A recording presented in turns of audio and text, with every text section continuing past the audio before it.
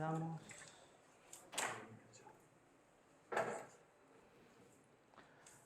Comentaba con los chicos un par de cositas antes. Buenos días a todos. Les decía primero que los dejé con camino de datos de ciclo único. Y ahora tenemos que ver emisión de múltiples instrucciones. Qué bárbaro, qué evolución en 10 días. No más que eso, digamos. Así que la pregunta es, ¿me han extrañado?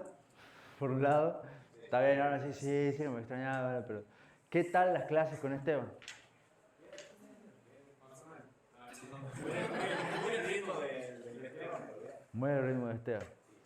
Bueno, eso es inevitable, digamos. Por eso. Por eso con es inevitable meterse en cada uno de los temas y analizar y profundidad, digamos, cosas. Que no sé si productivo o no tan productivo. Bueno, cada docente tiene su estilo, digamos. La pregunta es, ¿han entendido pipelining? ¿Han entendido riesgos, datos de control?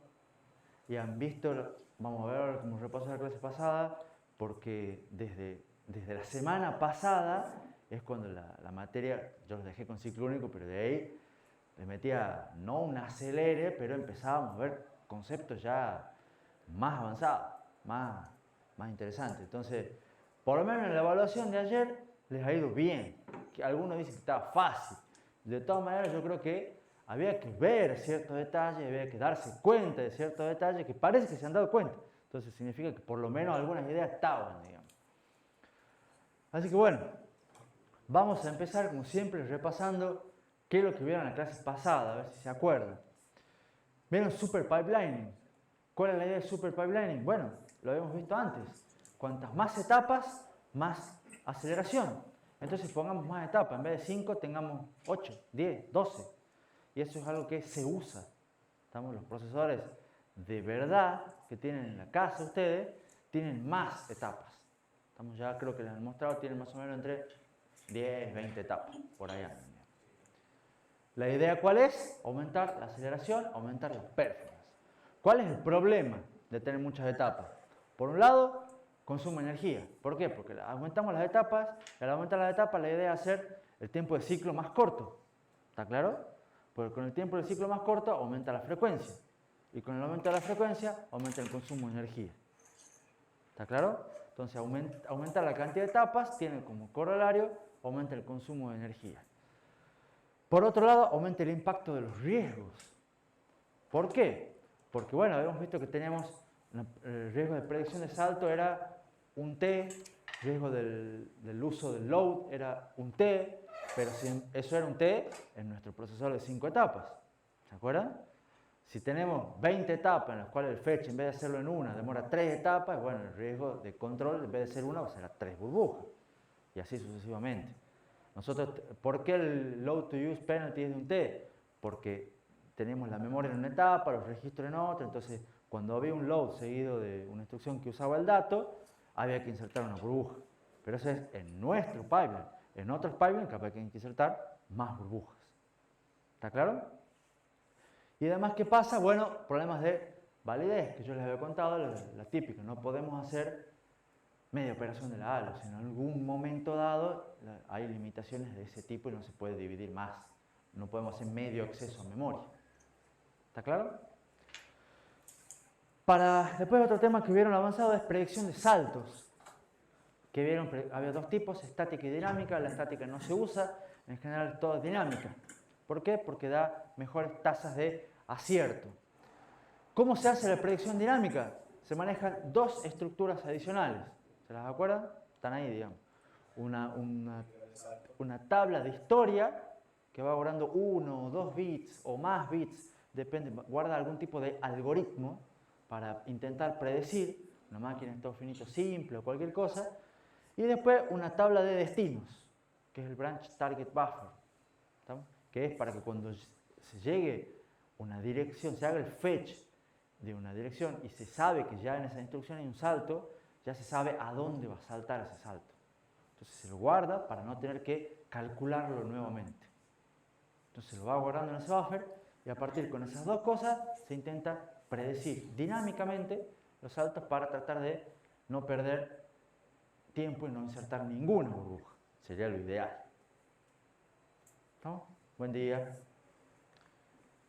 ¿Hasta ahí vamos bien? Después empezaron a ver paralelismo a nivel de instrucción. El famoso ILP. ¿Y qué empezaron a ver? Empezaron a ver, la idea es tener múltiples pipelines en paralelo, que es lo que se conoce como superescalar. ¿Se acuerdan la lavandería? Cuando poníamos 2 lavarropas, 3 secarropas, ese tipo de cosas. Bueno, la misma idea. ¿No? Pero acá tenemos que empezar a duplicar unidades funcionales para poner varios pipelines en paralelo. ¿Cuál es el objetivo? Antes teníamos un CPI de 1, después teníamos un CPI de 1 pero era largo, después un CPI de 1 con un tiempo de ciclo corto. Bueno, ahora decimos, bueno, tengamos un CPI menor que 1. Y cuando tenemos un CPI menor que 1, bueno, le llamamos IPC, lo damos vuelta, porque es más marketinero. ¿Cuál es la idea de tener múltiples pipes en paralelo? Una es que, por un lado, emitir varias instrucciones por ciclo y por el otro lado, terminar varias instrucciones por ciclo. Digo de un lado y del otro porque es del comienzo del pipeline y del final del pipeline. ¿No?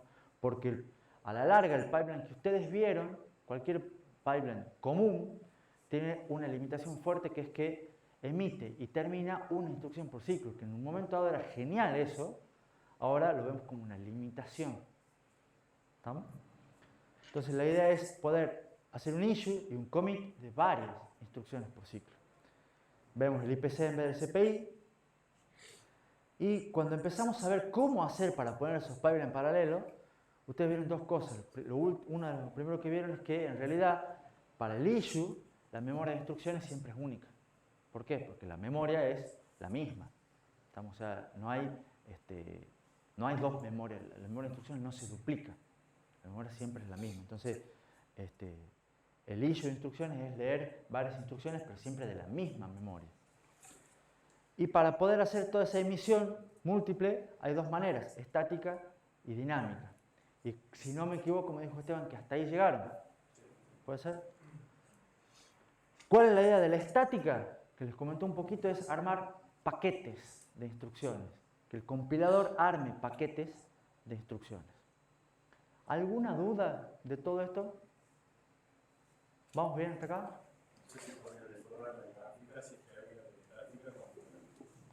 Hay una gráfica que viene después, que es con la que voy a arrancar yo, que muestra un poco lo que es, cómo es el armado de esos paquetes. Por eso, hasta acá. ¿Estamos bien? Entonces, ahora va un pequeño paréntesis para contarles qué es Very Long Instruction Word. ¿Cuál es la idea? De esos paquetes de instrucciones, que son varias instrucciones juntas, la idea es que se lo puede pensar también como instrucciones largas. ¿Y cuál es el chiste? Ustedes más o menos están acostumbrados a algo así. Si ustedes tienen el PC que apunta a la memoria de instrucciones, en la memoria de instrucciones están las distintas instrucciones una después de la otra. ¿Está claro? Y después entonces ustedes buscan hacen el fetch de una instrucción y esa instrucción pasa a ejecutarse. ¿Estamos? Entonces básicamente es un esquemita simple así. Cuando se arman estos paquetes de instrucciones largas, la idea es que ustedes tienen una cosa así. El PC apunta un lugar de memoria, pero en ese lugar de memoria no hay una instrucción, hay un paquete de instrucciones. En este caso supongamos de 4 instrucciones. Y la idea es que después esas 4 instrucciones van a 4 unidades de ejecución, 4 pipelines de ejecución, como quieran, distintos, independientes entre sí. ¿Está claro? Entonces, sí. ¿Cuál sería la diferencia entre enviar un paquete, por ejemplo, con 4 instrucciones que mandar 4 instrucciones juntas? Sí. No dentro de un paquete, digamos. O sea, ¿cómo mandas las 4 instrucciones juntas? ¿Entendés? Esa es la forma de hacer un paquete, se le llama así. ¿Me entendés? Es exactamente lo mismo. El tema es que acá el PC te apunta, digamos, a una instrucción. ¿Entendés? Y vos después lo incrementás para apuntar a la siguiente instrucción. Acá como que te apunta a un paquete o una instrucción larga. Es como poner un vector de instrucciones. Un vector de instrucciones, llamarlo como quieras. Es una cuestión de terminología nomás. ¿Me entendés? Y la idea es que acá cada una va a una ejecución, a un pipeline, llamémosle, diferente. Acá vos tenías uno solo. Acá se va a armar un paquete de 4 instrucciones porque tenés 4 pipelines. Y en este caso, el PC, la serie dimensional de 4 bytes, por ejemplo, tenemos 4 instrucciones. En realidad, ten en cuenta, claro, acá las instrucciones son de 4 bytes. Entonces acá cada uno de estos va a tener, si tuvieras 4, serían 16 bytes. Entonces el PC aumentaría de a 16. Pero no sería direccional de byte. Ya no es direccionario de byte. El PC se te mueve en cada renglón de a 16. ¿Se entiende? Y en el mismo fetch sabe que son 4 instrucciones. En el mismo fetch sabe que son 4 instrucciones. Siempre son 4. ¿Por qué? Porque vos vas a tener tus 4 pipelines acá. ¿Estás usando? Ah, excelente pregunta. ¿Dónde está la complicación acá? Independencia, en salto, varias cosas. O sea, por ejemplo, si una instrucción que está arriba en un pipeline modifica un dato que usa la de abajo, yo creo que... Pero vos acá cuando lees las 4 juntas. Y no hay manera, vos lees las 4. No tiene que haber dependencia entre esas 4. No tiene que haber dependencia entre esas 4. ¿Qué más? O sea, ya van viendo ciertas cositas. La pregunta es, ¿cómo se arma ese paquete? ¿Quién arma ese paquete? Porque a la larga es, alguien tiene que guardar estas 4 instrucciones en esos lugares en la memoria. El compilador. ¿Se entiende? Es en el caso de que sea estática. Es en el caso de que sea estática. Estamos viendo todo esto es emisión estática. ¿Estamos? Entonces, la idea es que este paquete hay que armarlo. ¿Para qué? Hay que armarlo y grabar la memoria de instrucciones de una manera especial. ¿Para qué? Para decir, che, estas 4 instrucciones son 4 instrucciones que se pueden ejecutar de manera simultánea. ¿Estamos? Y eso lo tiene que hacer el que guarda las cosas en memoria de instrucciones, que es el que prepara todo. ¿Quién es el que prepara todo? El compilador, el enlazador, todo ese tipo de cosas. Ese tipo de software. Y vamos a ver que en realidad todo lo que es emisión estática de instrucciones hoy en día no es muy usado. ¿Por qué? Porque no es fácil armar este paquete. Y a la larga este paquete termina lleno de burbujas. Eso me imaginaba, o sea, en el caso de que haya dependencia o salto, Porque ustedes piensen, por ejemplo, en los códigos simples que ustedes escribieron, son códigos que dependen de las instrucciones del otro. Entonces, en general, van a tener 4 paquetes, un paquete de 4 instrucciones, pero los cuales van a poder llenar una instrucción o 2 instrucciones. 1, 2. En general van a estar llenos de huecos, agujeros, burbujas. Sí. En realidad, lo vimos de emisión estática. Acá se énfasis en el número de instrucciones. Sí. Salía con el dato. La de datos es una sola. Pero la de datos es una sola, pero no hay problema porque ya depende del tipo de datos que vos accedas. ¿Entendés? O sea, ya los que acceden a la memoria de datos son las instrucciones de acceso a datos. Entonces ya no todas. La idea estamos... No arman los paquetes porque además acá estamos hablando de la emisión, el issue. ¿Entendés? ¿Cómo haces para buscar varias instrucciones al mismo tiempo? en su momento dio resultado de eso. O sea, era mejor que hacer de a uno. Sí. Y vamos a ver que sigue siendo utilizado. Lo que pasa en realidad, ¿qué es lo que pasa? El Very Long Instruction Word, así como se conoce el título, es una terminología que se lo usó, de vez en cuando aparece, y siempre a alguien se le ocurre hacer más largas los paquetes. Pero en general, 2 paquetes no anda tan mal. 4 ya anda mal. 8 instrucciones por paquete, no, ya es un desastre. ¿Me entendés? Entonces está ahí. Y de vez en cuando empiezan a aparecer otras técnicas, y cuando aparece otra técnica que se le ocurre, che, si de esta hacemos 2, y pasa a ser un paquete de 2, y vuelve a aparecer, y dice, funciona. Uy, si hacemos 2, hagamos 4, y vuelven a caer en lo mismo, y vuelven a aparecer ciertos problemas, ¿estamos? Y después lo solucionan de otra manera, y vuelven a otra cosa, y cada 10 años alguien aparece y dice, yo voy a hacer algo con Very Long Instruction Word, y aparece algo, soluciona algún problema, y está dando vueltas siempre por ahí. La idea siempre es la misma, armar paquetes de varias instrucciones. Cuanto más largas las instrucciones, más largos los paquetes, es una cuestión a debatir. En general, no se usa. Sin embargo, que vos tengas un Cortex, un procesador chiquito, que en vez de hacer una le pongas 2, anda como piña. ¿Me entendés? Es muy probable que ande muy bien. Pero 2, no te pases más. ¿Me entendés? Cosas así por el estilo. Los procesadores de PC usan otra cosa, que es la emisión dinámica. ¿Se entiende la idea? O sea que entonces no más bien el microcontrolador, el procesador chico. Ponele, digamos. Es una idea que está bueno que ustedes la tengan y la manejen para que vean que alguna vez pues, se puede usar. O sea, lo que pasa es que todo va creciendo de a poco. Entonces, lo que hoy en día es un procesador chico, el día de mañana va a empezar a tener una de estas cosas, porque va a poder hacer un super escalar, de emitir 2 instrucciones estáticas. Y después ya no será tan chico y así. Esto va cambiando. Digamos. ¿Más alguna otra pregunta? Entonces ahora me voy a dedicar a todo el resto de la clase de hoy, creo, a ver, bueno, no, el resto hasta el recreo, cómo hacemos un camino de datos con emisión doble. En el sentido de, no nos vamos a ir a very long, porque no vamos a armar paquetes muy grandes, pero sí vamos a armar paquetitos de 2 instrucciones. ¿Estamos? Entonces vamos a ver un superescalar con emisión doble. ¿Cómo sería en nuestro pipeline que ustedes ya tienen en la cabeza, y además lo tienen en los apuntes, y en los diapositivos y todo lo demás?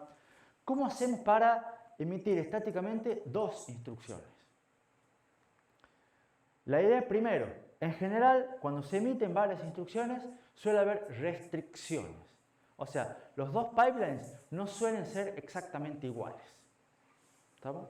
No es que ustedes tienen 2 pipelines idénticos. Siempre suelen tener, que es algo que preguntaba Brian recién con la memoria de datos, suelen tener un pipeline para alguna cosa y pipeline para otra cosa.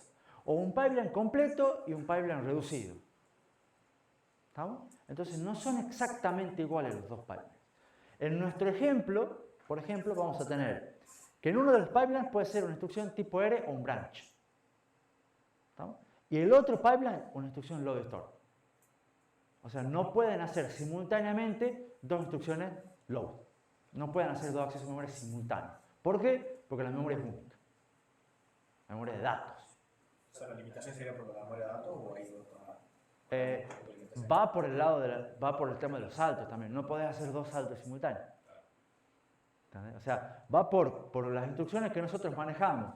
Add, and, or, resta, branch equal, load store, que siguen siendo las mismas 7. Entonces vamos a hacer que los tipos R y branch vayan por un lado, los load store vayan por el otro.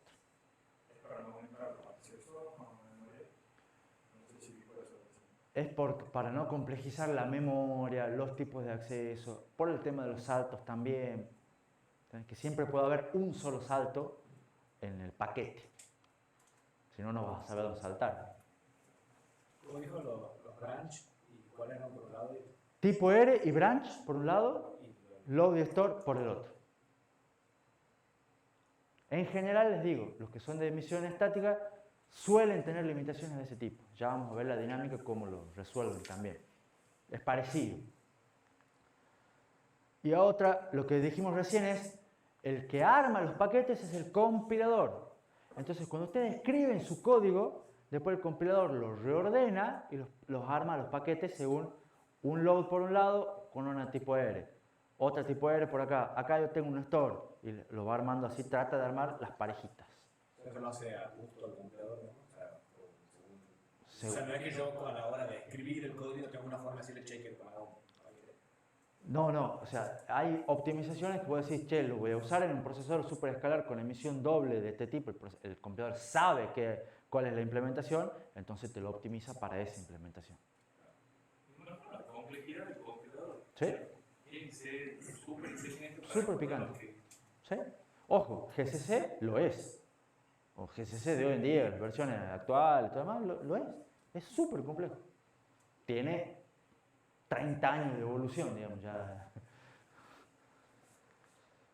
Entonces, ¿cuál es la idea? Ustedes de la etapa de fetch leen 2 instrucciones. O sea, antes de la fetch apuntaba a PC y lee 1, ahora de la salida de la memoria de instrucciones ya no va a ser una instrucción, van a ser 2 instrucciones.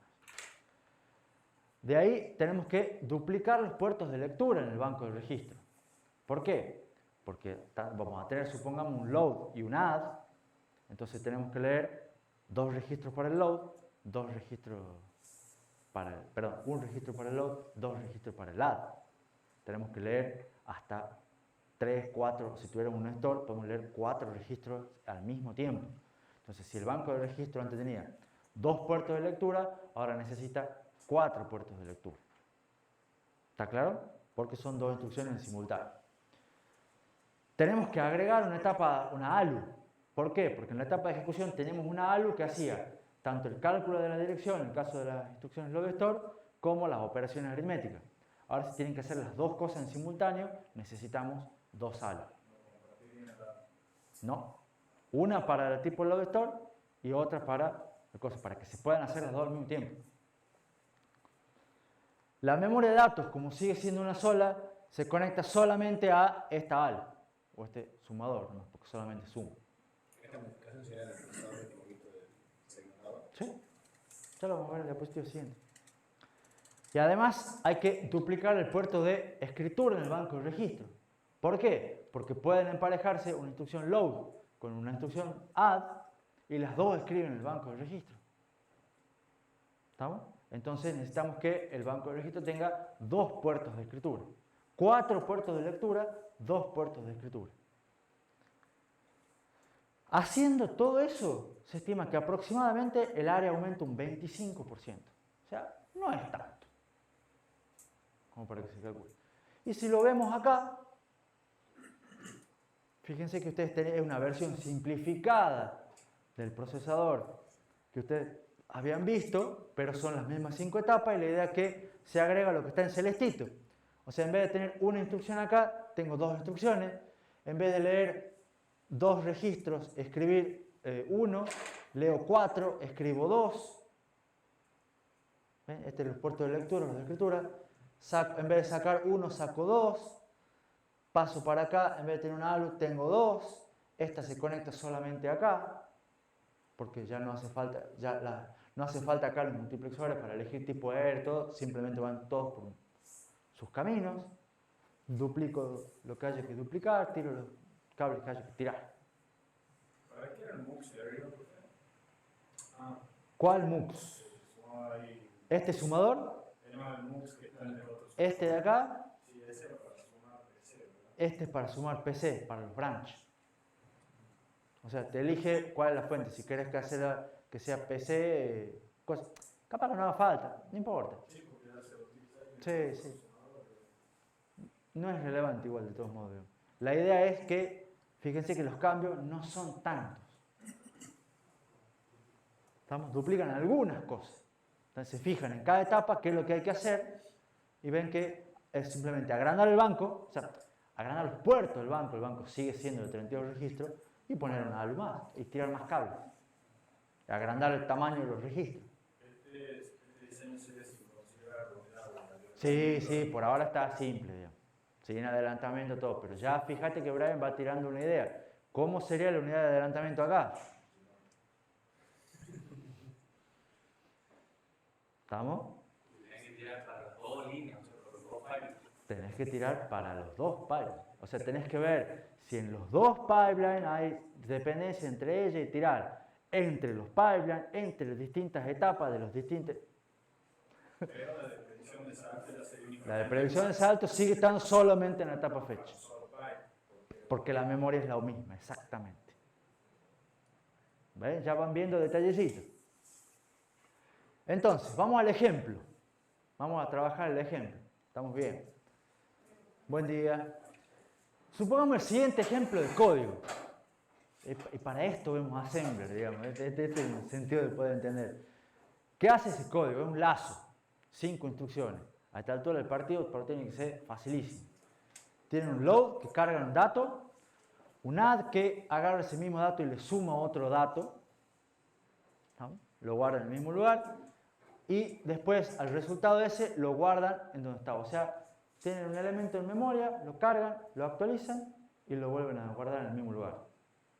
Un B sub I más 1, por ejemplo. ¿Sí? ¿Se entiende? Un elemento de un vector, le suman una constante y vuelven a guardar. Y después, ¿qué hacen? Incrementan el puntero, incrementan esto y hacen un control de fin de lazo. Chao. ¿Estamos? El 22, el 21 son todas constantes que no vienen al caso. ¿Se entiende el código? Entonces, ¿qué es lo que hay que hacer con estos códigos? Primero, identificar dependencias, identificar riesgos. Tenemos, pero es un código sencillo que ustedes pueden escribir un lacito común y corriente, digamos. ¿Qué es lo que tenemos acá? El 31, ahí el azulcito es una dependencia de datos. Acá hay otra, el verde. Y acá, este marroncito, hay otra. ¿Estamos? ¿Cuáles son riesgos? Los tres. ¿Estamos? Recuerden además que tenemos acá, en el que vamos a hacer, tenemos un camino para load store y otro para tipo R. Entonces hay que ver cómo lo vamos a separar. Las load store van a ir por un lado, las tipo R branch van a ir por el otro. Recuerden también que podemos reordenar las instrucciones. Ya habíamos visto el reordenamiento como una técnica para reducir ciertas o eliminar ciertas dependencias. Y cuando no tenemos otra cosa que hacer, tenemos que insertar NOPs. Que son, ¿El reordenamiento sería entonces solamente para el load? para lo que sea, el compilador o vos, digamos, podés reordenar siempre que puedas, que te ayude a aumentar la performance. ¿Estamos con eso? Entonces la pregunta es, ¿cuánto demora en ejecutarse ese código? ¿Cuánto demora cada iteración del celazo? En el mejor procesador visto en clase. ¿Cada iteración? Cada iteración. ¿Cuánto demora en ejecutarse esas 5 instrucciones?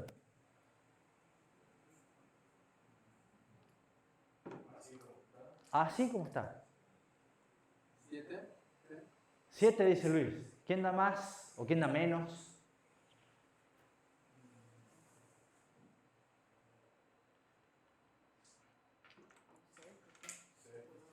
6 dice Martina. 6 dice Brian.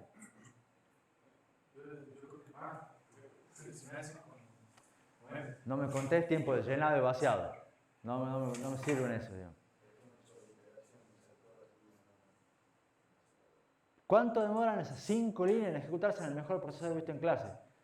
7, 6, 9, ¿quién da más? Hacemos tipo subasta.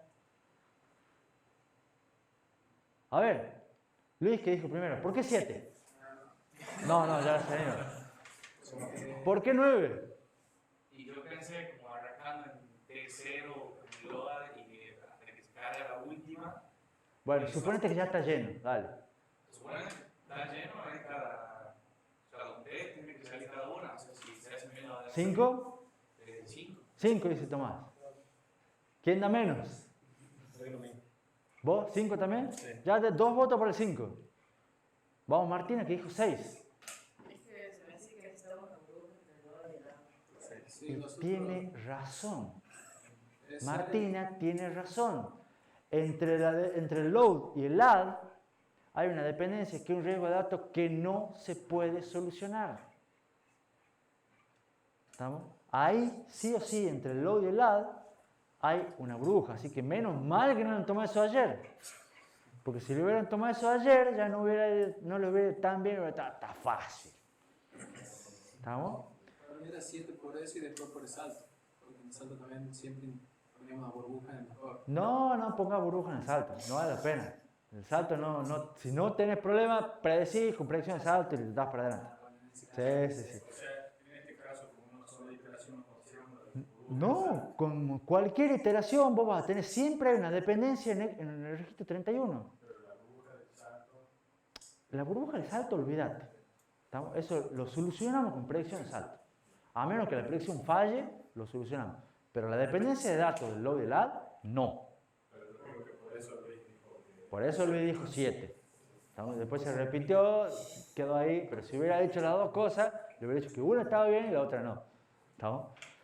Pero lo importante es que tiene que ver la dependencia. No se olviden la dependencia. ¿Estamos? Entonces, este código demora 6 ciclos por iteración. ¿Está claro eso para todos? ¿Seguros? Bueno, entonces vamos a ver qué pasa con el dual issue. ¿Cómo queda cuando lo ponemos, separamos, armamos el paquete? ¿Qué es lo que haría el compilador para armar el paquete de emisión doble con esta restricción, reordenando y mejorando? Queda una cosa así, tan, donde tenemos, este es un camino, acá, vengo de este lado, acá tenemos un camino donde están solamente los tipos load store, y en el otro camino, de este lado, están solamente las instrucciones tipo array branch. ¿Está claro? Esto es un pipeline, este es el segundo. En cada línea se ejecutan o se tratan de ejecutar en simultáneo. Entonces, ¿qué tenemos primero? Tenemos un load. Entonces ponemos el load de un lado. Después tenemos un add, que sumaba el valor del load. Pero fíjense que el add lo ponemos un T más abajo. ¿Por qué? Para no tener que agregar la burbuja. Para no tener que agregar la burbuja. Entonces reordenamos el código y este add del load lo pasamos no un T después, sino 2 T después en el lugar donde estaría la burbuja.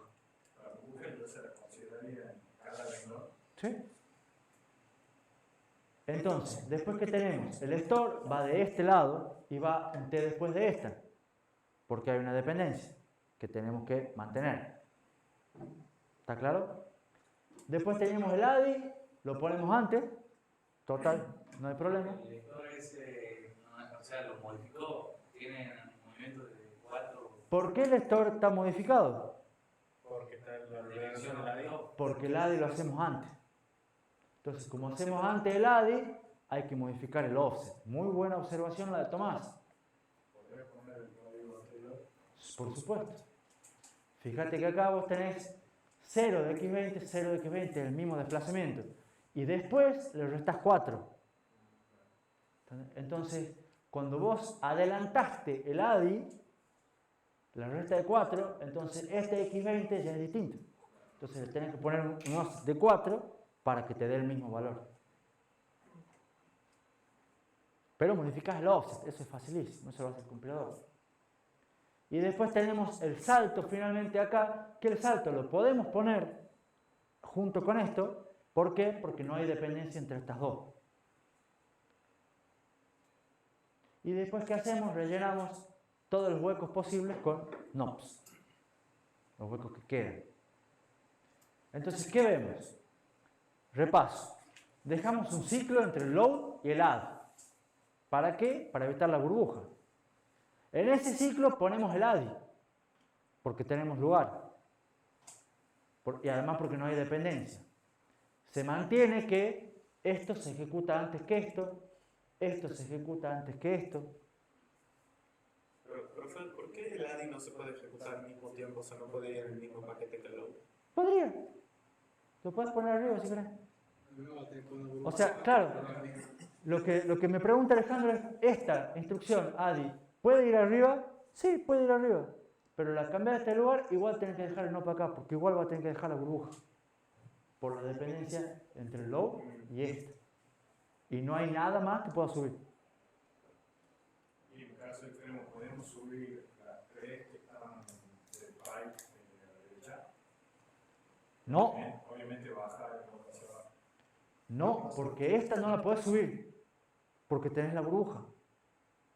Esta tiene que ejecutarse sí o sí, tenés que dejar pasar un ciclo por el load y después ejecutarla recién acá. Bueno, en dicho caso, subir la de branch arriba, la de lado. No puedes subir el branch.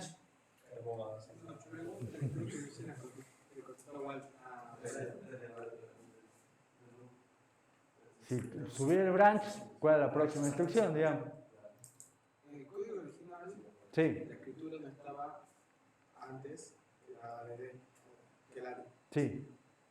No tendríamos un problema si lo queramos por dónde estamos buscando la dirección de memoria ahora. Sí. Por eso, fíjate, como vos cambiaste acá el valor del registro, cambiaste el offset acá. Es el offset lo que modificás. ¿Sí? Porque el compilador sabe que lo cambia de lugar, entonces modifica la constante. ¿Se entiende? ¿Se entiende la idea? Fíjense que el store se mantiene un ciclo después que el add por la dependencia.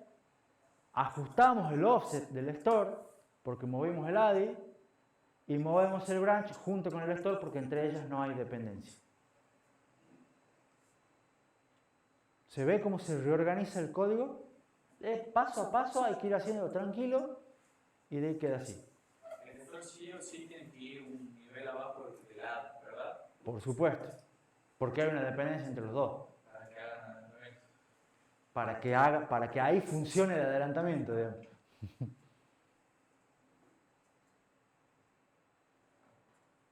¿Estamos? Sí. Pregunta. ¿Cuántos ciclos demoran en ejecutarse ese código?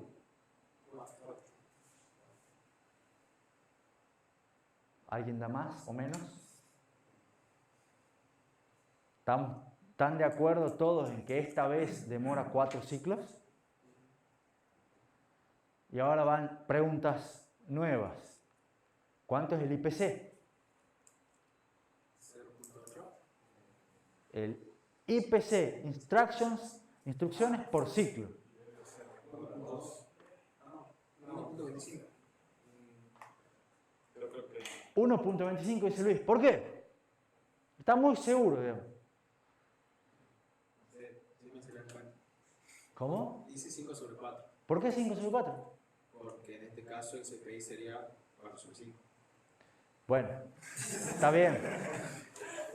Ahora, ¿por qué sería el CPI 4 sobre 5? Te iba a decir, pero la idea es, ¿cuántas instrucciones están ejecutando? 5 instrucciones. Un load, un store y los otros 3 de allá. Tenemos 2 de este lado, 3 del otro, son 5 instrucciones.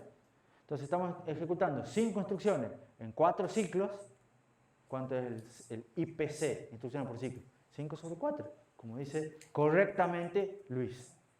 ¿Estamos? Entonces el IPC ahora es 1.25. Y ahora la otra pregunta es, ¿cuánto sería el IPC máximo? ¿Cuánto es lo máximo que podrían ejecutar acá? 2, porque tienen dual issue. Idealmente podrían emitir y ejecutar 2 instrucciones por ciclo. Pero fíjense que no están ejecutando 2 instrucciones por ciclo. ¿Estamos? Están en 1.25. Entonces la pregunta es, ¿cuánto es la eficiencia?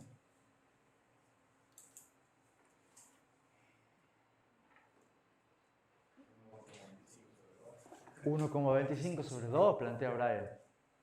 Y es correcto. ¿Alguien me tira otra manera de calcular la eficiencia? Fíjense acá. 5 sobre 8, dice Martínez. Ustedes están ejecutando 5 instrucciones. ¿Cuánto es lo máximo que pueden ejecutar? 8. Entonces están teniendo, en 4 ciclos, dual issue, pueden ejecutar 8 instrucciones. ¿Cuántas están ejecutando? 5. 5 sobre 8. 1.25 sobre 2, 5 sobre 8 es exactamente lo mismo. Todo les da una eficiencia del 60%, alrededor del 62%. O sea, es medio baja. ¿Estamos? ¿Cuánto sería la aceleración con respecto al segmentado?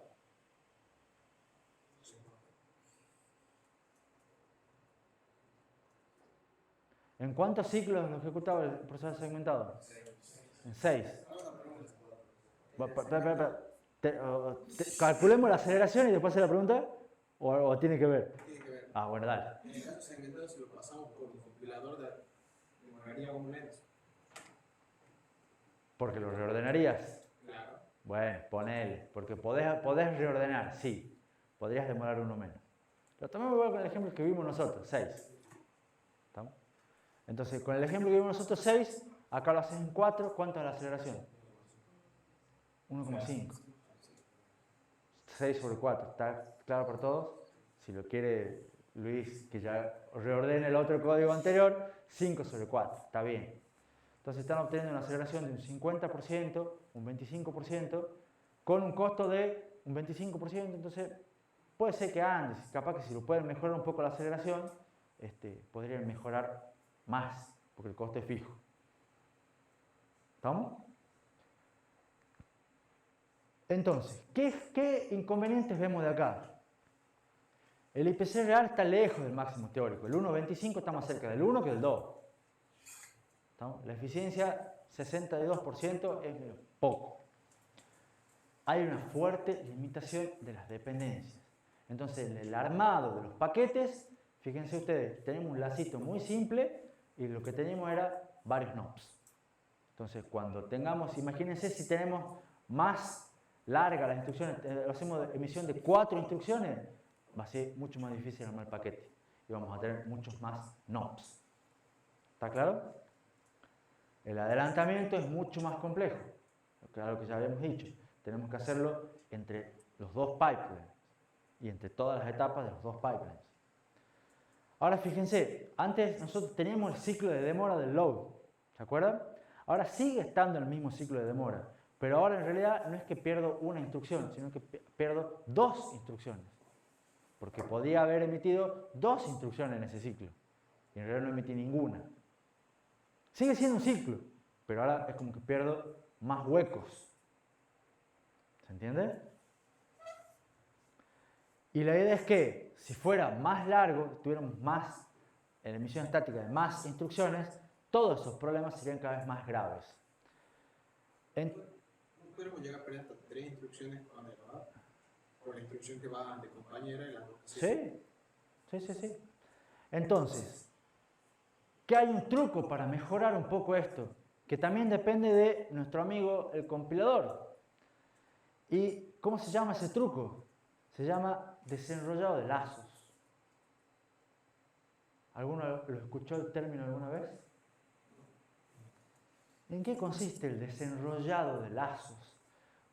Es una técnica de optimización del compilador que sirve para mejorar la performance de un programa que incluya lazos. ¿Y cuál es? En inglés es loop and rolling. Es la más simple, la más común, la que se usa un montón de veces, porque siempre hay lazos. Los lazos for, por ejemplo, son muy comunes. ¿Cuál es la idea? Repetir el cuerpo del lazo para, y acá viene la palabra clave, exponer más paralelismo. ¿No? O sea, la idea es, repetimos el cuerpo del lazo para exponer más paralelismo. ¿Qué es exponer más paralelismo? Es tener más instrucciones. ¿No? Entonces, al repetir el cuerpo del lazo, tenemos menos overhead por el control y tenemos más instrucciones para reordenar. Vamos a ver el ejemplo. Y esto es una técnica en general que no es solamente para procesadores superescalares, es para procesadores comunes también. Lo que pasa es que no se las conté antes porque no valía tanto la pena y ahora lo el jugo. Entonces, veamos en un procesador común, en el procesador que ustedes ya han visto hasta la semana pasada, el procesador de 5 etapas, ¿cómo sería un desenrollado de lazos? ¿Se acuerdan del mismo código de recién? 5 instrucciones. Load, add, store, el ADI del puntero y el branch. ¿Qué pasa si lo desenrollamos 3 veces para hacer como 4 iteraciones viejas en una nueva iteración? Y además reacomodamos. Queda una cosa así. Y presten atención a los colores y al número del registro. Ustedes cargan un registro. ¿Estamos? A ese registro, que es el 020, le suman la constante. Y después lo guardan. ¿Estamos? Pero la idea es que lo desenrollamos, al desenrollar el lazo decimos cargo otro registro, el que sigue. ¿Estamos? En otro registro. Le sumo la constante y lo guardo. Cargo otro registro, le sumo la constante y lo guardo. Cargo otro registro, le sumo la constante y lo guardo. Es como que va haciendo varios lazos. Hago varias iteraciones del lazo, varias iteraciones viejas, ahora en una sola iteración nueva. Después muevo el puntero, pero en vez de moverlo en 4, ya lo muevo de 16, porque en este caso hice 4 iteraciones y salto.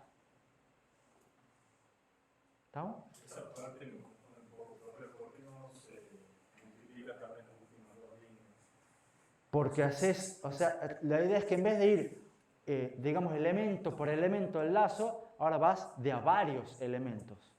O sea, cargas, en este caso, yo lo hago con 4 elementos, entonces cargas 4 elementos, a esos 4 elementos le sumas la constante, guardar el resultado y acá en vez de moverte de a 1, te mueves de a 4 para buscar los siguientes 4.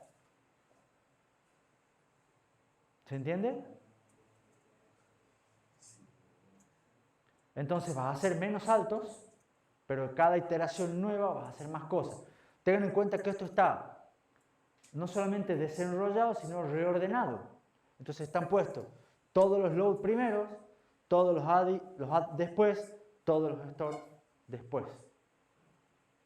La idea de eso es que el procesador puede sacar más instrucciones, o sea... Ah, no, este es simple. Incluso, este es el simple. O ¿cuál sea, es la idea de que... ya vamos a llegar. Pero ahora pará, primera pregunta. ¿Cuánto demora este lazo?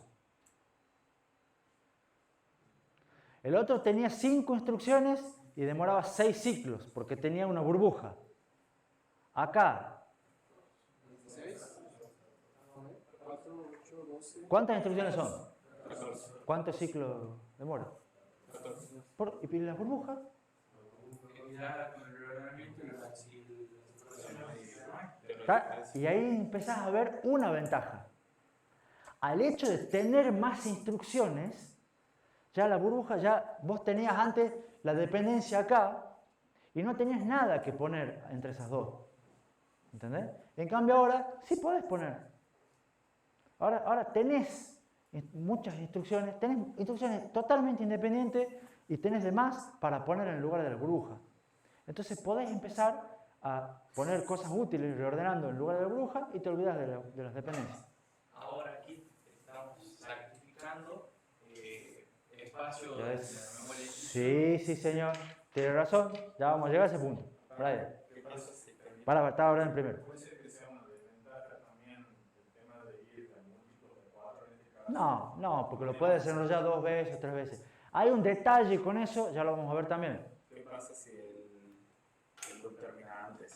O sea, si quedan 3 iteraciones en el loop. Eso sí es un problema, que es más o menos lo que apuntaba Brian. Eso sí es un problema. Yo hice como ejemplo que sean 4. Entonces, evidentemente yo estoy asumiendo que la cantidad de elementos o la cantidad de iteraciones del lazo es múltiplo de 4. Y eso sí es verdad que hay que tener en cuenta. ¿Estamos? Pero se entiende la idea y fíjense cómo ya ahora el procesador, el single issue, el normal, ¿estamos? Tenemos 14 instrucciones, 14 ciclos. Y ya vamos a perfecto. ¿Estamos? Tenemos un CPU igual a 1, clavadito. Entonces, ¿cuántos ciclos se ejecuta? 14. ¿Cuánto es la aceleración respecto al original? A ver. 20 sobre 14. No. 24 sobre 14. Fíjense que en realidad lo que estamos haciendo acá, estamos haciendo 4 iteraciones viejas. ¿Estamos? Entonces, en realidad, es como que cada iteración ahora la haríamos en ¿cuántos ciclos? 14 sobre 4. O sea, cada iteración de las viejas la haríamos en 3 ciclos y medio. Porque acá estás haciendo 4 iteraciones juntas. ¿Entendés? Entonces, 4 iteraciones viejas juntas. Una sola iteración de estas nuevas demoras 14 ciclos. Pero suponete que vos antes tenías un lazo que hacía 100. ¿Entendés? Ahora vos vas a hacer de esta, vas a hacer solamente 25, vas a hacer menos iteraciones. ¿Entendés? Entonces en realidad es como que cada una de estas iteraciones estás haciendo 4 iteraciones de las viejas. Claro, por eso a la vieja la tendría que multiplicar por 4. Sí, o a esta dividir en 4. ¿Entendés? Lo que antes eran 4 iteraciones de las viejas que te llevaban 4 por 6, 24, ahora te va a llevar 14. Entonces sería 24 sobre 14. 24 sobre 14. 6 sobre 3,5, es lo mismo. ¿Se entiende? Y fíjense que eso es casi gratis, porque es el mismo procesador, o sea, no hemos hecho nada. Simplemente le hemos hecho el compilador. El compilador, avivate, desenrollar el lazo y mejoramos ¿cuánto es? 24, 1,7. Mejoramos un 70% de la performance sin hacer nada. ¿Estamos? Entonces, esta la usan mucho los compiladores. ¿Estamos? Si ustedes ponen, o sea, si ustedes compilan y hacen en base performance, el compilador sabe qué es lo que tiene que hacer, desenrolla algún lazo, los clásicos for, desde i igual a 0 hasta i menor o igual que n, lo hace con esto. ¿Por qué? Muy simple. ¿Estamos? ¿Cuáles son los problemas? Tiene 3 problemas. Ya creo que 2 por lo menos lo hemos mencionado. Un problema que no han mencionado, se necesitan más registros. Fíjense que en el codiguito acá, antes usábamos un registro, acá tenemos que tener por lo menos 4 disponibles. Entonces, el hecho de tener 32 pasa a ser... ¿se acuerdan todos los temporales que usted no usó nunca? Porque siempre el manejo T0, T1, alguno habrá puesto un T2, a T7 no llegó nadie. Bueno. Y en el 4 sin considerar sin considerar el resto, por supuesto. Estamos hablando solamente en este ejemplo. Entonces, tener muchos registros se sirve. ¿Estamos? Y la idea es que cada iteración sea independiente de la anterior. Y además, para evitar dependencias de nombre. ¿Se acuerdan de las dependencias de nombre? Entonces es bueno contar con muchos registros. ¿Qué otra desventaja tiene? La que mencionó Tomás. Momento, antes ocupaba 5 renglones, 5 instrucciones, eran 20 bytes en memoria. Ahora tengo un montón de más instrucciones, ocupo más espacio en memoria. Y eso sí es un problema. El compilador descargaría. Las carga en memoria. Ahora vos ya te lo desenrollas. Vos escribiste un código chiquito, el compilador te pone así un chorizo. ¿Estamos? Ocupa más memoria. Y eso puede ser un problema o no, dependiendo de la cantidad de memoria que ustedes tengan. Entonces, en la PC no es un problema. ¿Estamos? En un microcontrolador, y ahí empezamos a ver. ¿Estamos? Y otro problema es que la cantidad de veces que hay que desenrollar depende de la cantidad de iteraciones del lazo. Entonces, no siempre, yo les mostré el ejemplo con 4, pero hay que ver que la cantidad de veces depende de cuántas realmente iteraciones el lazo y cuántas valga la pena desenrollar. ¿Estamos? O sea que el compilador tendría que calcular eso antes de desarrollar. Por supuesto. Normalmente se usa con el for i igual a desde 0 hasta menor que n vos lo sabés, tú sabés que es un 1000, listo, ya sé que son 1000 veces, múltiplo de 4, listo, desenrollo 4 veces, por ejemplo.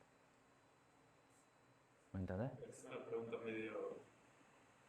Claro. Pero, ¿qué pasaría con la función recursiva? No lo podés usar con esto. O sea, podrías, pero eventualmente hay que ver, digamos, no funciona tan fácil.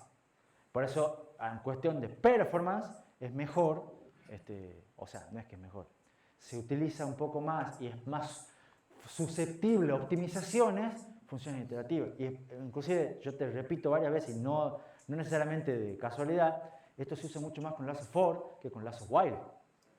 ¿Por qué? Porque el lazo while evalúa una condición, acá ya sabes de entrada. En un lazo for uno sabe cuántas veces va a ser. ¿Estamos? Entonces, y si tenés un break en el for, te rompe todo. ¿Estamos? Entonces ahí no lo podés hacer. Entonces en general es con ciertos lazos, cierta optimización, no siempre se puede. ¿Estamos? Pero a veces sí. Y se gana, entre comillas, gratis. ¿Hacemos un recreo? ¿O quieren que veamos cómo hacemos el desenrollado en el dual issue? Recreo. Está bien, estamos bien. Hacemos la pequeña pausa.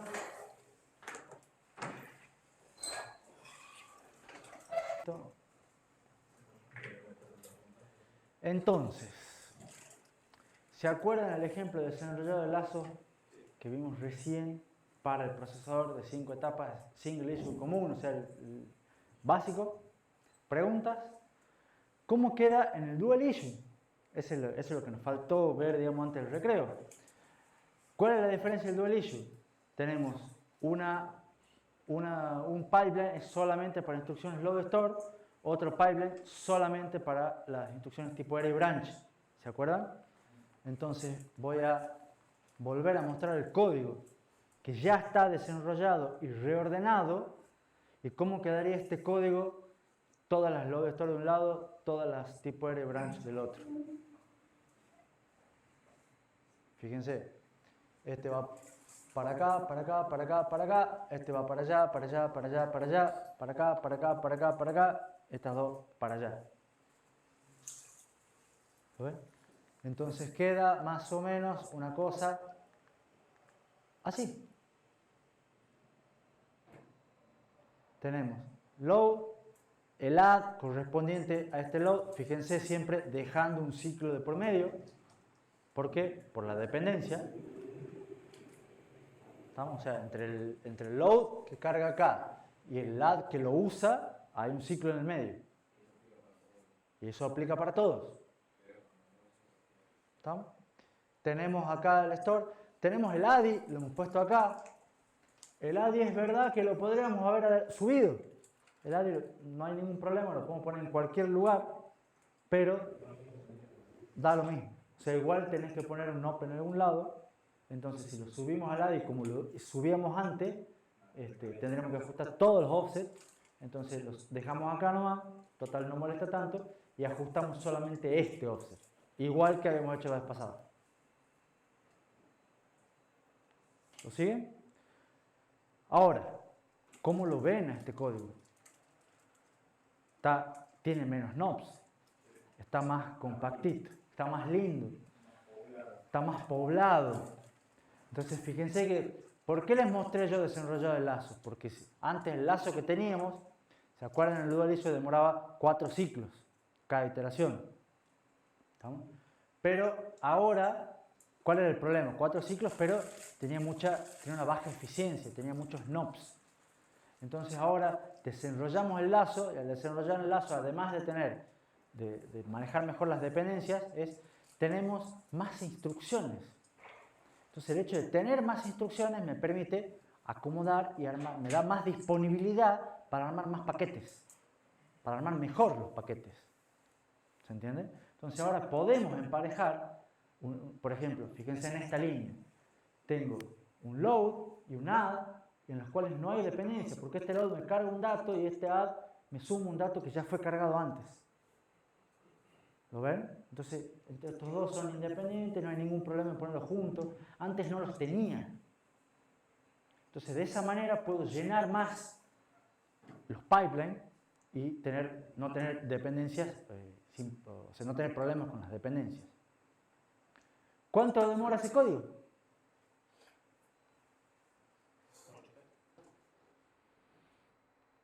8T, dice Alejandro.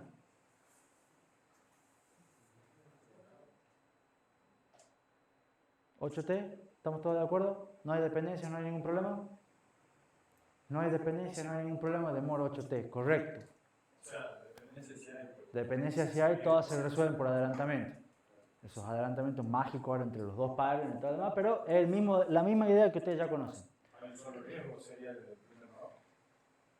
Sería, claro, estos dos, digamos, o sea, acá no tenés nada que poner, o si podés poner el ADI pero no ganas nada, y este sí sería el de la burbuja por la dependencia del load, que además la estaba ocupando con otro load, o sea, está medio ocupando la burbuja, es media burbuja, digamos. ¿Cuánto sería el IPC?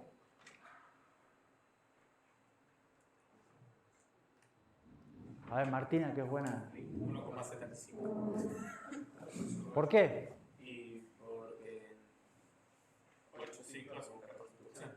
En estos 8 ciclos hacen 14 instrucciones, son las mismas 14 que tenían del ejemplo anterior. La ponemos en 8 ciclos, entonces el IPC, instrucciones por ciclo, son 14 sobre 8, 1,75. Y ahora el 1,75 ya está por lo menos más cerca de 2. No es ideal porque seguimos teniendo los NOP, pero ya está bastante bien. La eficiencia de cuánto es 14 sobre 16. Ya estamos hablando de 7 octavos, un 88%, 87%, por ahí. Entonces, decís, bueno, ya un 87 es mejor que un 60. ¿Estamos? Y tenemos solamente un dual issue. ¿Cuánto sería la aceleración con respecto al segmentado? La aceleración con respecto al original. Fíjense, acá estamos haciendo 4 iteraciones en 8 ciclos. ¿Estamos? Antes las 4 iteraciones me demoraban 24 ciclos. Entonces, ¿cuánto están teniendo de aceleración? ¿No? Con respecto al original. El original, ¿se acuerdan que era una iteración demoraba 6 ciclos? Entonces ahora tenemos 4 iteraciones en 8 ciclos. Entonces las 4 iteraciones antes me demoraban 24 ciclos, ahora me van a demorar 8. 24 sobre 8 es 3. están teniendo un 200% de mejora. ¿Estamos? 3 veces más rápido. ¿Estamos? Ahora dice, ¿cuánto fue el costo que agregamos en hardware? Era un 25%. Y después, ¿qué más hicimos? Desenrollar el lazo del compilador. O sea, con una técnica de hardware, suponer 2 pipelines, dual issue, y otra del compilador, mejoramos al triple el código. Y nada para morirse, digamos. Lo hemos visto en una clase. ¿Estamos? Aumentamos el IPC, aumentamos la eficiencia, sin embargo, no llegamos al máximo. No podemos, porque sigue habiendo un par de nops que me quedan. Pero bueno, bastante bien. Estamos bastante bien. ¿Preguntas? Ahora, ¿cuál es el tema? Necesitamos, como había dicho intuitivamente Tomás hace un rato, necesitamos un supercompilador. Está bien, yo le digo, los compiladores actuales son supercompiladores. GCC, hay otro que es LLVM, no sé si ustedes conocen algún otro compilador, pero son bastante buenos. Lo hacen muy probablemente mejor que ustedes. Mejor que yo también, digamos, porque ya tienen años de experiencia. Digamos. Pero no quita que cada vez que sale un nuevo micro, cada vez que sale una nueva arquitectura, hay que adaptar el compilador al nuevo micro para ver qué características tiene, para ver qué optimizaciones se pueden hacer, cómo hacerla, y es todo un tema. Porque el compilador es dependiente de Lisa. Nuevas instrucciones, implementaciones, tiene más etapas, menos etapas, todo ese tipo de cosas. ¿Estamos? ¿Preguntas con la emisión estática? ¿Se entendió la idea? Bueno, ahora vamos a ver lo que es emisión dinámica de múltiples instrucciones. ¿Estamos? Es una idea parecida, pero es el mismo procesador el que analiza la secuencia y decide cuáles instrucciones emitir en cada ciclo. O sea, la idea es, ustedes antes tenían el código, el código ese que ustedes escriben lo pasan por el compilador reordenaba, desenrollaba, acomodaba, armaba los paquetes para 2, 4, la cantidad de pipelines que ustedes tengan. ¿Estamos? Vimos que cuanto más pipelines tienen, más difícil es armar los paquetes. ¿Estamos? Pero todo eso lo hace el compilador. La idea es que acá lo hace directamente el hardware. ¿Estamos? No hay nadie que preprocese, digamos. Se hace todo dinámico, en tiempo de ejecución. ¿Cómo hace para hacerlo? Un diagrama de precedencia. ¿Le suena? Lo va construyendo dinámicamente el diagrama de precedencia. Y la idea es que en cada ciclo puedan emitirse 0 instrucciones, 1 instrucción, 2 instrucciones.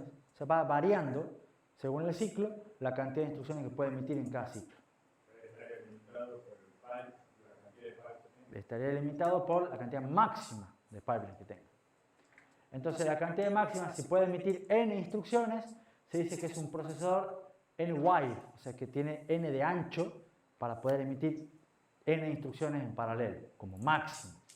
Ese es el tope. Esto es, cuando ustedes fabrican un procesador, cuando sale un procesador nuevo de AMD o de Intel, dicen un procesador que tiene un ancho tanto que puede emitir tantas instrucciones por ciclo. ¿Me siguen hasta aquí? El hecho de que puedas elegir cuántas instrucciones sacar por ciclo no quiere decir que las tengas que rellenar los otros pipes, o sí. O sea, también está... No. O sea, a la larga pone ops o no hace nada, no manda nada, un pipe. Depende. Hay toda una estructura que ya vamos a ver, que va diciendo, vos vas para acá, vos vas para allá, vos estás desocupado, y lo va teniendo, como que va teniendo varias cajas en super y va diciendo a quién le manda qué cosa. ¿Cómo hace con el tema de las dependencias si todavía las instrucciones? Ya llegamos, ya vamos a llegar. Pues ya está bueno que se vayan planteando algunas preguntas, pero ya las vamos a ver hoy, así que no te preocupes. El procesador, el mismo procesador, tiene que encargarse de detectar y resolver los riesgos de datos estructurales, todo en tiempo de ejecución. O sea, va a ir a medida que va llegando una instrucción, se fija, ¿esta me produce algún riesgo estructural con alguna que está? ¿Me produce algún riesgo de datos con alguna de las que ya estoy ejecutando? No, listo, bueno, va, la larga. todo dinámicamente. Evita la necesidad de un supercompilador. Acá ya el compilador hace lo básico, lo simple, y se encarga todo el hardware. Por supuesto, el compilador igual puede ayudar. El compilador igual puede reordenar, porque sabemos que tener más instrucciones es mejor, reacomodar elimina dependencias, o sea, el compilador ayuda, pero ya no es necesario e imprescindible. ¿Se entiende? La idea acá es agregar hardware para independizarse del software. ¿Por qué? Porque era la famosa ley de Moore que nos impulsaba que era más barato en alguna época poner más hardware que pagarle a los programadores que hagan compiladores, digamos. ¿No? Porque los compiladores es difícil. En este caso se necesita una máquina de estado finito para poder hacer eso. Sí. Sí. O algo parecido. ¿Estamos? ¿Cómo se hace? ¿Cómo se hace para hacer esta emisión dinámica? Tiene varios conceptos claves. Uno de ellos que es básico y principal, se llama ejecución fuera de orden. ¿Alguno lo escuchó nombrar? La clase pasada. Pero, ¿en qué se trata? Una idea, digamos, de evitar paradas en el pipeline, en la ejecución dinámica, es lo que dice ahí, permitir que las instrucciones se ejecuten en un orden distinto al que está en el código. Ya no es el reordenamiento que ustedes hacen previo. Acá vienen las instrucciones y se van viendo cuál se larga y cuál no. ¿Estamos? Se ejecutan en un orden distinto del que está escrito. Lo cual es un concepto raro, porque ustedes están acostumbrados a poner las instrucciones una después de la otra, pero en realidad el procesador hace lo que se le da la gana a él, no a ustedes. Incluso pensando, cuando uno está programando, es como que cada una de las instrucciones siguientes la estás pensando respecto a la anterior. Porque vos tenés tu cabeza, no la tuya, sino la de todos, vas con una cuestión de una secuencialidad. Bueno, el procesador rompe esa secuencialidad y la ejecuta fuera de orden. ¿Estamos? Ejecuta ¿cuál? La que puede. ¿Estamos? Entonces, las va viendo y dice, a ver, ¿cuáles son las instrucciones? Todas estas. ¿Vos estás libre? Vení. ¿Vos estás libre? Vení. Y las va haciendo pasar. A la que esté... Yo no tengo ninguna dependencia. Pasar. ¿Se entiende? Y las va ejecutando a medida que pueda, en base a las dependencias. Es lo que los limita. Cuantas más dependencias tenga un código, menos ejecución fuera de orden va a haber. ¿Estamos? Pero, sin embargo, la terminación tiene que ser en orden. ¿Por qué? Porque así se mantiene el sentido del código. O sea, cuando uno termina las instrucciones en el pipeline, en la última etapa, ahí hay que hacerlas en orden. ¿Por qué? Porque no puedo, o sea, si yo tengo cierta secuencialidad en mi código, yo escribo acá un valor y después leo ese valor, tengo que leer el valor que he escrito antes, sí o sí. ¿Se entiende? Entonces, el sentido del código tiene que preservarse. O sea, la ejecución fuera de orden, está bien, ejecuta las instrucciones como quiere el compilador. No, el procesador, sí. Pero tiene que ser del mismo fragmento, del mismo bloque de código. Algo así, algo así. ¿Por qué? Porque en realidad tienen que ser del fragmento. Si no son del fragmento, va a buscar de otro fragmento, va a buscar de otro pedazo, va a buscar de otro programa. ¿Entendés? A la larga va a buscar instrucciones de donde pueda para seguir ejecutando. De donde pueda mientras no haya dependencia. ¿Estamos? Entonces, ¿cuál es la clásica? Acá partimos la ejecución en tres partes.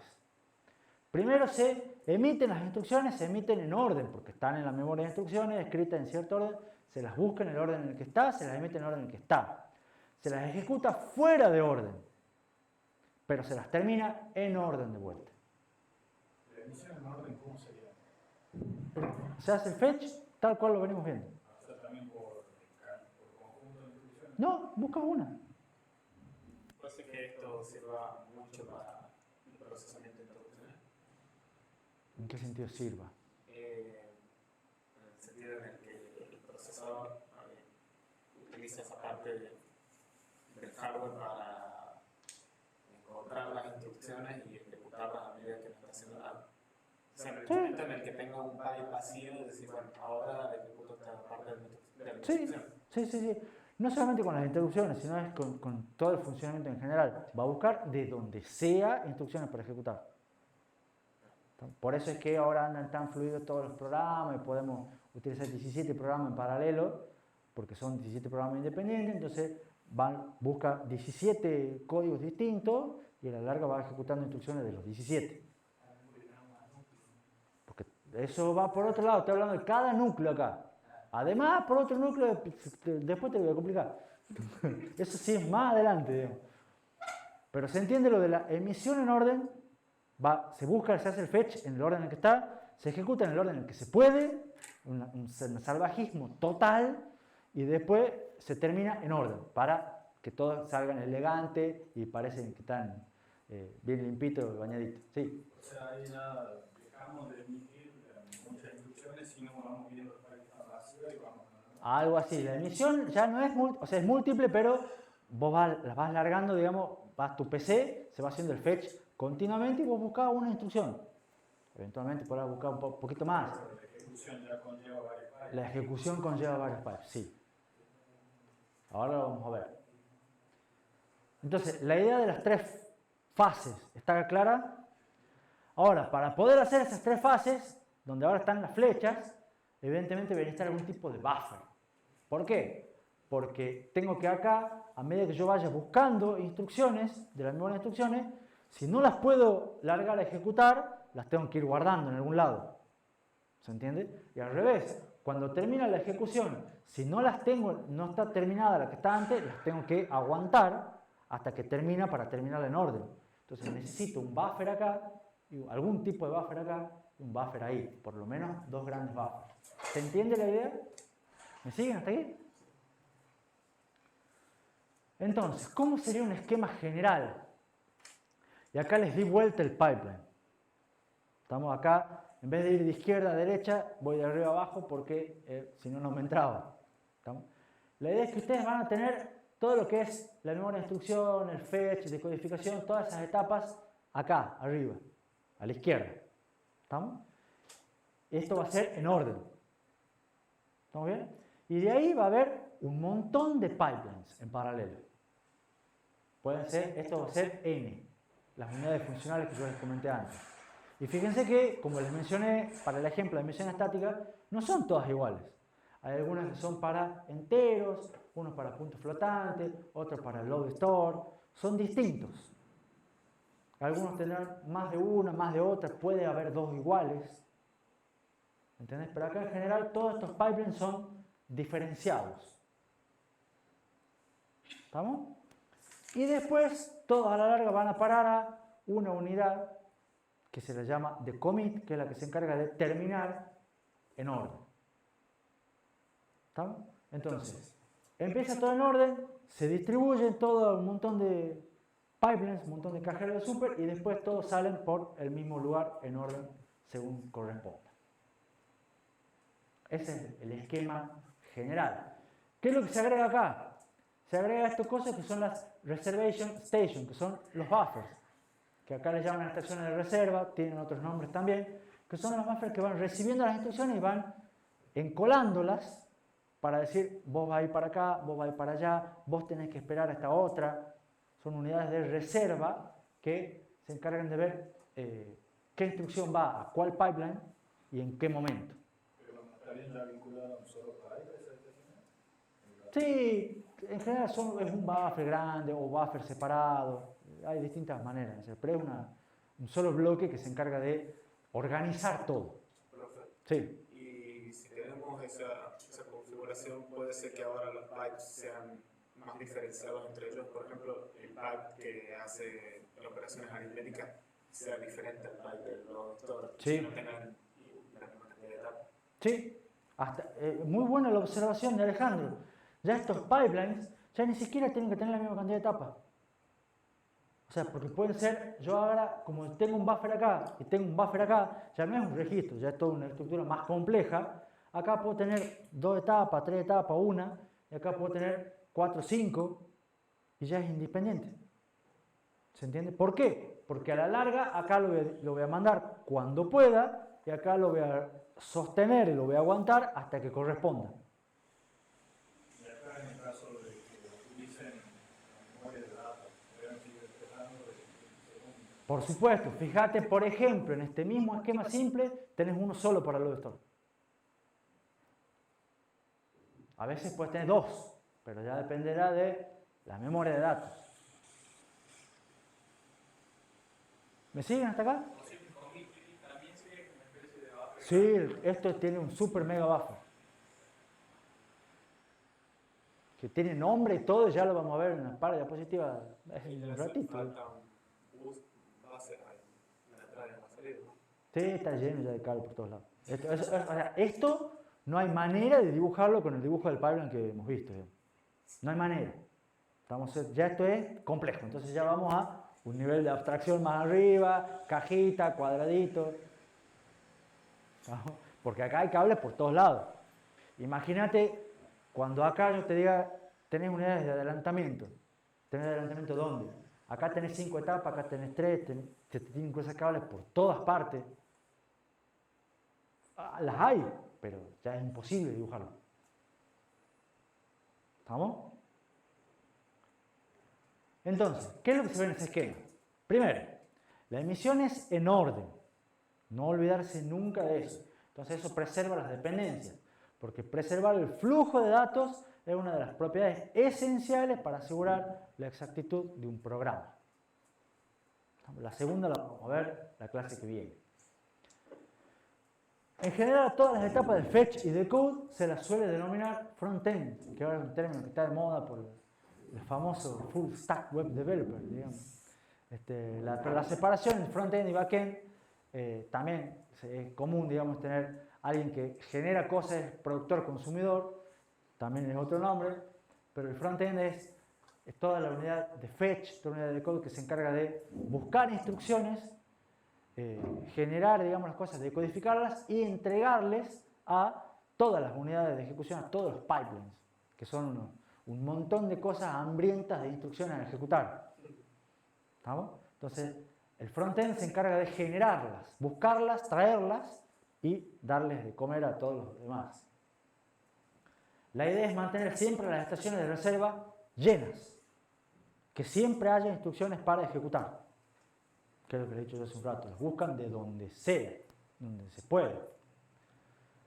Las estaciones de reserva, esos buffers, mantienen las instrucciones en espera hasta que puedan ser ejecutadas. ¿Cuándo pueden ser ejecutadas? Cuando todos sus operandos están disponibles. ¿Estamos? O sea, cuando ya están resueltas o se pueden adelantar todas las dependencias. Estas estaciones de reserva van guardando las instrucciones hasta que las que están arriba dicen, van guardando, llega una instrucción y dice, a ver, vos te podés ejecutar, vos instrucción Brian. Necesitas 3 operando, 2 operando. Ya los tenés disponibles, están disponibles, alguien más lo está usando, alguien de todas las instrucciones lo está usando, no está usando, tenés los cosas, los podés ejecutar, ¿están listas? Larga nomás. Vos pasá. No, vos necesitas un valor que lo está calculando otro, espérame un segundito, ya cuando lo pueda adelantar, te largo. Y así. Sí, todo tiene que estar vinculado. Claro, sí, la unidad de load store está en el medio conectado con todo. Con todo tiene que estar con todo. Todo tiene que estar con todo. Sí, es complejo, por eso lo vemos a bloque, a nivel bloque. ¿Estamos? Esa es logística. ¿La llegamos a ver nosotros? No. A nivel bloquecito, como está, te lo estoy mostrando ahora, nada más. Pero esa MEF que... No. De hecho, ya va a ver la MEF. Todas estas etapas se denominan, también otro nombre además de estación de reserva es un scheduler. ¿Saben lo que es un scheduler? ¿Escucharon el nombre? Es un organizador.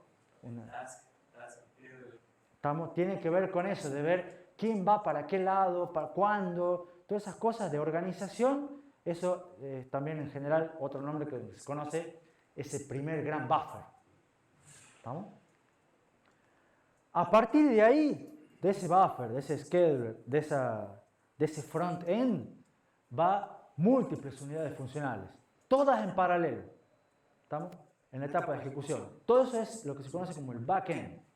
adelantamientos entre todos lados. Y ahí es un lío. Y después tenemos la unidad de terminación. De vuelta, reordena para asegurarse que los registros se escriban en el orden deseado. ¿Por qué? Porque los registros son los que guardan el estado, los que tienen que guardar los valores posta. Entonces las escrituras tienen que hacerse en el orden que corresponde. El write back. Los resultados calculados se vuelvan permanentes, no que queden dando vueltas por ahí en cosas intermedias. Esa unidad de terminación, entre todas las cosas que hace, el buffer recibe un nombre especial. Recibe el nombre de ROB, que es el acrónimo en inglés de buffer de reordenamiento, reorder buffer. ¿Estamos? Y ese ROB, como recibe un nombre especial, tiene su diapositiva especial también. ¿Estamos? Porque el ROB es parte de cómo fue evolucionando todas estas cuestiones de la emisión múltiple de instrucciones. La idea es que cuanto mayor sea ese buffer, más instrucciones pueden ser mantenidas en ejecución al mismo tiempo. ¿Estamos? Dicho de otra manera, es cuántas instrucciones adelante yo puedo ir buscando instrucciones independientes para ejecutar. Total, las mantengo en ejecución hasta que las termino. Entonces las voy guardando en el buffer hasta que las puedo terminar. ¿Se entiende? Entonces, el tamaño del buffer de reordenamiento es un tamaño que dice más o menos cuántas instrucciones en simultáneo puede ejecutar un procesador al mismo tiempo. Y acá tienen un grafiquito hecho simple, donde se ve la evolución del tamaño del buffer de reordenamiento para lo que son procesadores de Intel, procesadores de AMD, procesadores de ARM, que tengo poquitos, pero se lo podría completar también, en función del tiempo más o menos del año 2000 hasta el 2023. Estamos actualizados, digamos. 24 con 31 etapas.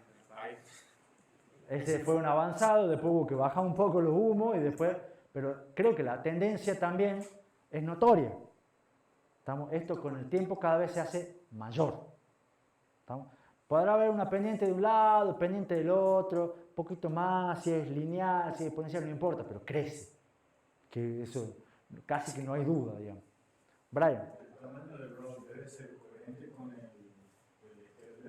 No, no necesariamente. Porque va a depender también de cuántas unidades funcionales tengo, cuánto sea el ancho, va a depender de varios otros parámetros. ¿Okay?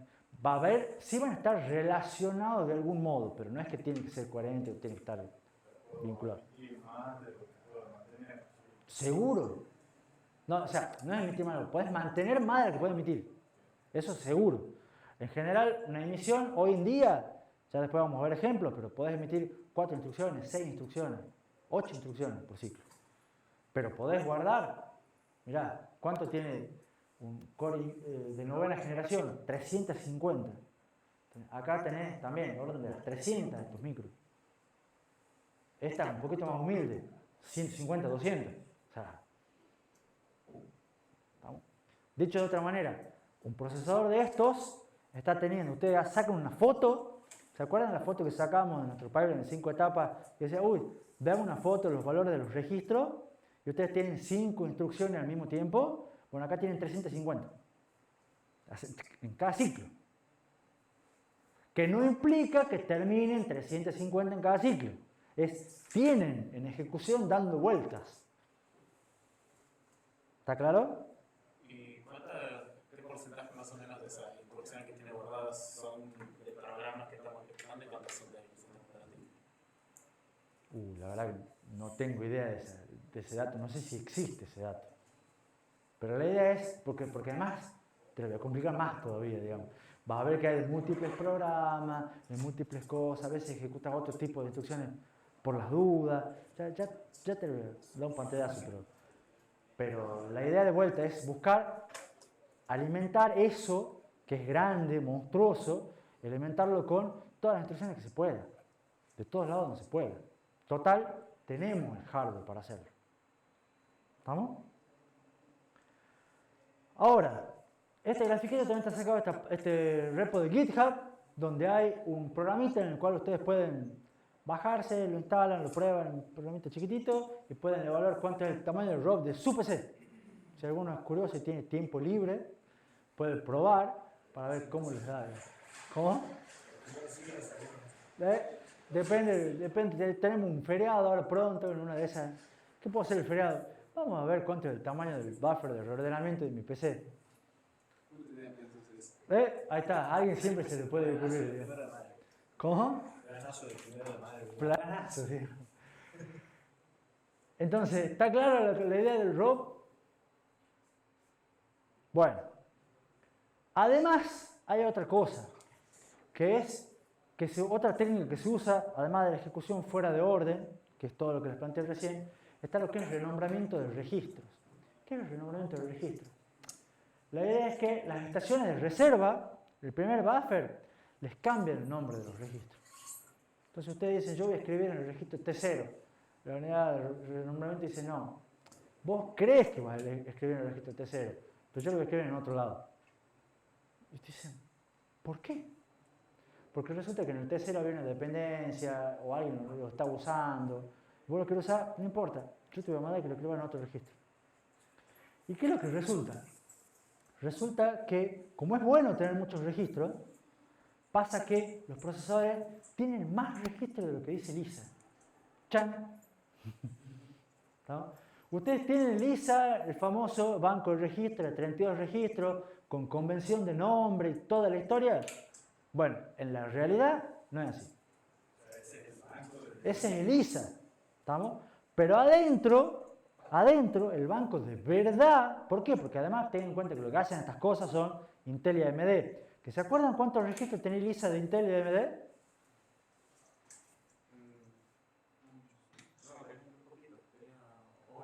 Tenía 8. Tenía 8 registros de propósito general. Entonces, ¿cómo van a hacer desenrollo de lazo con 8 registros? Imposible. Y lo hacen. ¿Por qué? Porque no tienen 8 registros. ¿Estamos? Ahora van cerrando un par de cosas. Los tipos no tienen 8 registros. ¿Cuántos registros tienen? De verdad. Ni lo publican ese número. ¿Estamos? Tienen 128. Por decirle un número. Tienen muchísimos más. ¿Y qué es lo que hacen? Tienen una tabla de vuelta que se llama Register Alias Table. Ponen hardware, ponen una tabla y dice, vos sos la instrucción número 1, usabas T0, bueno, yo te voy a dar el registro 143. Usar el 143. Cuando llegue a la unidad final, ahí volvemos, lo acomodamos, no te preocupes vos. Vos andás a ejecutar con el registro 143 lo que tengas que hacer. Es como que para un nombre de registro hay varios. Exactamente. Y mantienen otra estructura adicional que se llama tabla de alias de registro para hacer un mapeo entre los registros de Lisa y los registros verdaderos.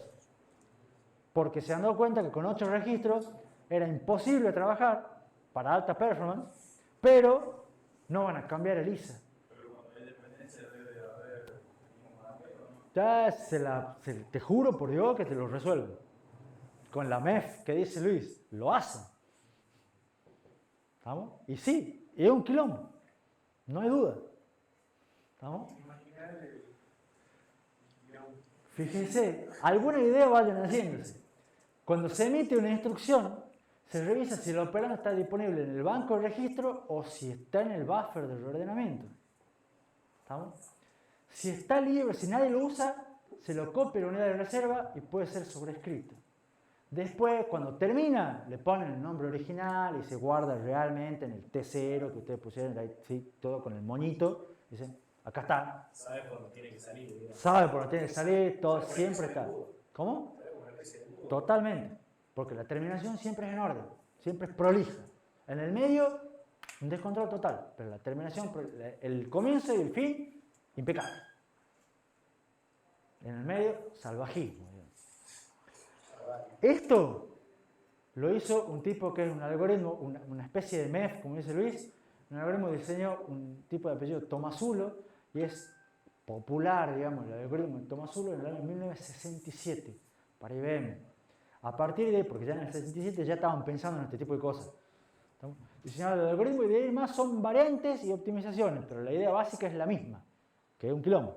¿Estamos? Entonces todo el mundo ya En otros cursos, si hubiera acá una arquitectura 2 o se hace un posgrado, cosas más avanzadas, ahí lo ven el algoritmo. Nosotros no, quédense tranquilos. Sí, pero sepan que existe, funciona, es el mismo de hace 50 años, con variantes, pero es la misma idea, y no es tampoco tan imposible. O sea, es un algoritmo que se implementa como una especie de MEF. Todo eso en hardware, no en software, ¿no? ¿Van bien hasta acá? ¿Se entendió? Para cerrar un poco la idea, emisión estática versus dinámica. La emisión dinámica con la ejecución fuera de orden es mucho más compleja. Creo que el pantallazo que les di les debe haber dado una idea. ¿Estamos? Sin embargo, es la más usada en procesadores, sobre todo de media y alta performance. ¿Por qué? Porque hay muchas paradas que no pueden ser predichas por el compilador. El compilador maneja algunos tipos de dependencias, pero otras no. Paradas que ocurren en tiempo de ejecución. ¿Qué pasa cuando pifiamos la predicción de salto? Porque el salto, pifiamos la predicción, nos equivocamos. ¿Qué hacemos? Insertamos burbujas. ¿Qué son burbujas en el loto? Son un montón de knobs. ¿Está claro? ¿Qué pasa si de vez en cuando vamos buscando datos en la memoria y el dato no está? Lo que vamos a ver en el tema 11. Tenemos que parar. Paremos unos cuantos ciclos. Eso es tiempo de ejecución. No lo sabemos. Entonces, ¿qué es lo que hacen esto? O sea, la ejecución estática tiene, además de los problemas que vimos, más problemas. Entonces, en realidad, no se usa, o se usa muy poco.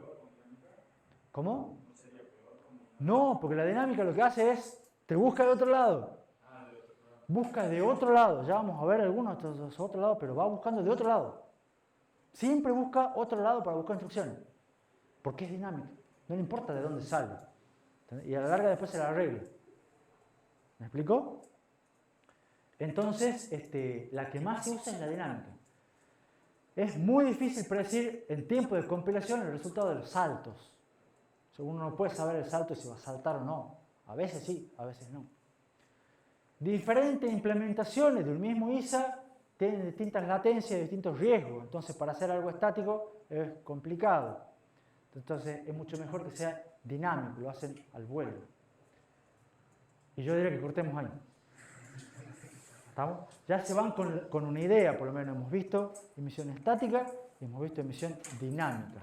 Esta se usa mucho más, pero es mucho más compleja. Por ahí la vemos por encima nomás. Y la clase que viene se la voy a complicar más todavía. El viernes. ¿Alguna pregunta? ¿Cómo? De todas maneras, pequeña observación. Para el práctico va la estática. ¿Estamos? O sea, todo lo que ustedes tienen que ver en el práctico van a ver reordenamiento, desenrollo de lazo, cálculo de perfección, cosas muy parecidas al ejemplo que vimos. Porque eso es lo que podemos hacer. ¿Estamos? Eso es lo que se puede hacer en la práctica. Sin embargo, de la dinámica van preguntas, teorías, ideas, conceptos. ¿Estamos? Esas cosas son las que vamos a ver de la parte dinámica. Eso es signo parcial, ¿verdad? Sí. Sí, quizás alguna cosita pueda ir metida en el práctico, pero son más ideas, conceptos, no va tanto, no va, dibuje el camino de datos para cosas, pero sí te puede hacer tener idea del esquema. Bueno, listo chicos, nos vemos el viernes si Dios quiere. Hasta luego.